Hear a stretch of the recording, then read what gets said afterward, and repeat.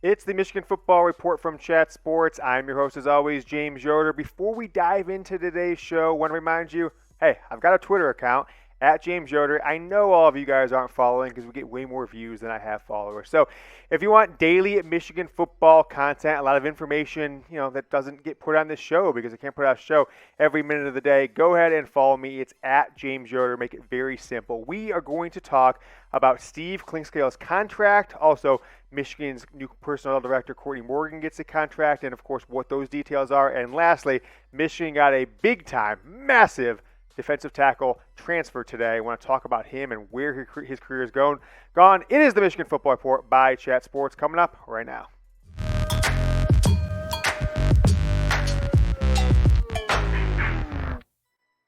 The University of Michigan has released the contract details on new defensive passing game coordinator Steve Clinkscale.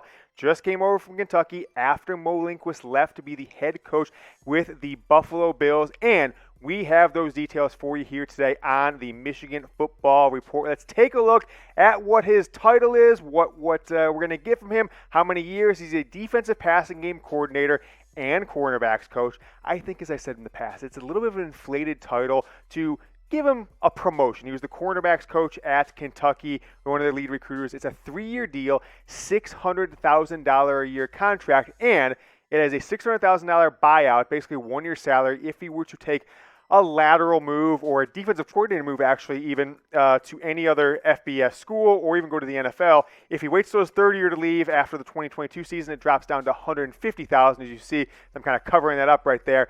Now, he can leave at any time with no buyout to be a head coach in a college, major college football program or in the NFL. So take a look at some of this language because there's one part in particular that I am particularly interested in. I think is very rare to see for an assistant coach like this. So if Michigan is in the top 25 in passing defense in the 2021 season, this upcoming season that starts in less than 4 months, 3.5 months from now, he will get a $100,000 raise, and he will be automatically promoted to co-defensive coordinator along with Mike McDonald. So there's no buyout, as I said a minute ago, if he's hired as a college football or NFL head coach. And one note that we didn't put in the last screen that I do want to mention, if he were to leave Michigan at any time for another Big Ten school, the buyout is higher. It's $600,000 those first couple of years. That last year where it drops to $150,000, it's still $300,000 if he were to leave for another Big Ten school, no matter what the job is outside of head coach. So top 25 for Jim Harbaugh's passing defense.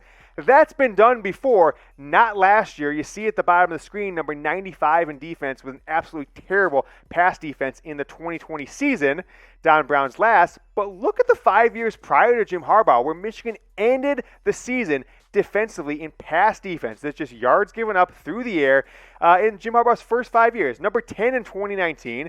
Number 2. Number 1 in 2017 when you were returning one starter. Mo Hurst, the only returning starter in 2017, I believe it was, had to replace 10 guys. That's when Devin Bush, Rashawn Gary were all sophomores. Number 1 in that phenomenal 2016 defense. And number 3 in Harbaugh's first year with DJ Durkin as the defensive coordinator. So pretty odd, I think, to have a top 25 defense in there as the benchmark for a guy to get a $100,000 raise and to be the co-defensive coordinator. But since Clinkscale's contract runs through the end of 2023, I want to ask you guys this question.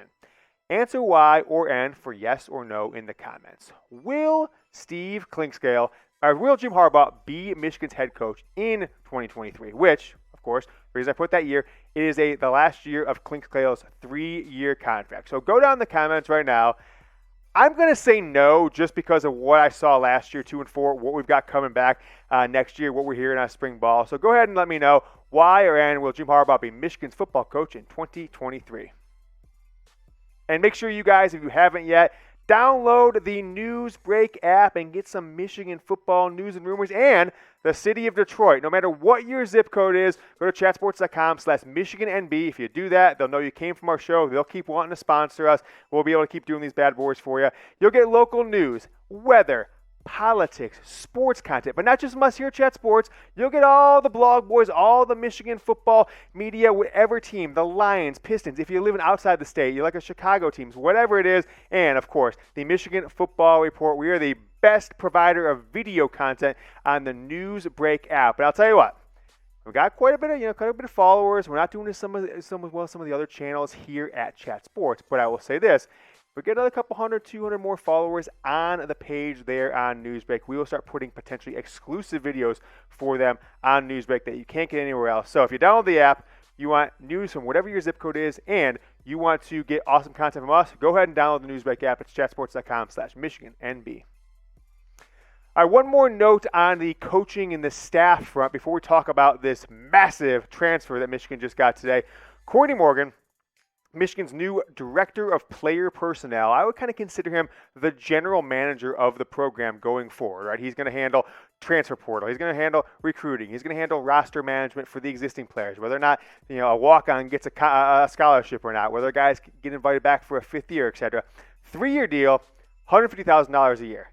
That's a little low compared to what his predecessor, Matt Dudek, was making, which was $220,000 last year. Ohio State's counterpart there, Mark Pantoni, I think he just got a raise recently, like $250,000, $260,000. So this is a lower deal, but it's more than he made at Fresno State. So we'll see where we go with Courtney Morgan. He's got a 3-year deal to be Michigan's new player personnel director. And by the way, before we get into the next story, I want to make sure you guys subscribe to the channel, youtube.com/MichiganTV. We are bringing you videos in the offseason. We've been a little slow month of May, etc. After spring practice.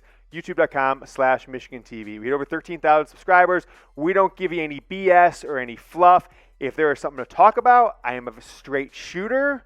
I don't give you just sugar plums and 10-2 record predictions. I think Michigan's gonna have a tough year. So if you want truth and you want someone to give you their opinion, no matter if it's good or bad, make sure you subscribe. I'll be your host all season long in 2021. James Yoder. It's youtube.com/MichiganTV. The University of Michigan has landed a transfer, a massive transfer, and his name is Jordan Whittley. So he's 25 years old.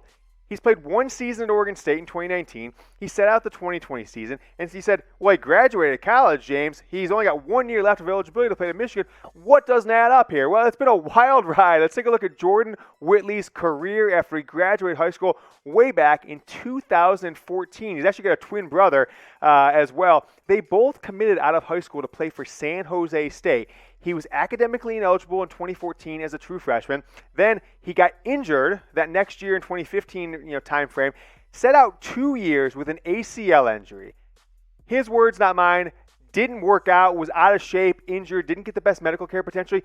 Gained over 100 pounds, went from a 220-pound running back. He's now 360 pounds. Went to transfer to Laney College 2017-2018 to play defensive tackle. Was part of a national championship in the division they're in. I'm not really sure what division that is at the moment, but you guys get it. Lower level school. Transfers to Oregon State. Starts one game, but plays in 14 games in the 2019 season. Gets that medical condition, sits out 2020, and now he is with the University of Michigan football program. So it's been a wild ride for him. He is 25 years old, but from a depth perspective, from an expectations perspective, I just want to make sure Michigan fans don't look at this and say, oh, we got this guy who's at Oregon State, who's 360 pounds. He's going to come in and make a big impact. I hope he does.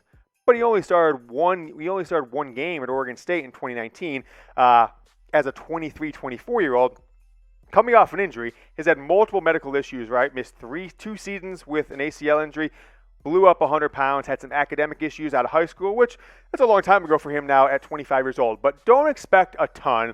He provides depth. He provides size as well, which is definitely needed for this Don Brown left behind kind of tiny defensive line for the University of Michigan. So Jordan Whittley, 25 years old. He's been at San Jose State. He's been at Laney College. He's been at Oregon State. He sat out a year this past 2020, and now as a 25-year-old, he will be a backup defensive tackle for the University of Michigan football team.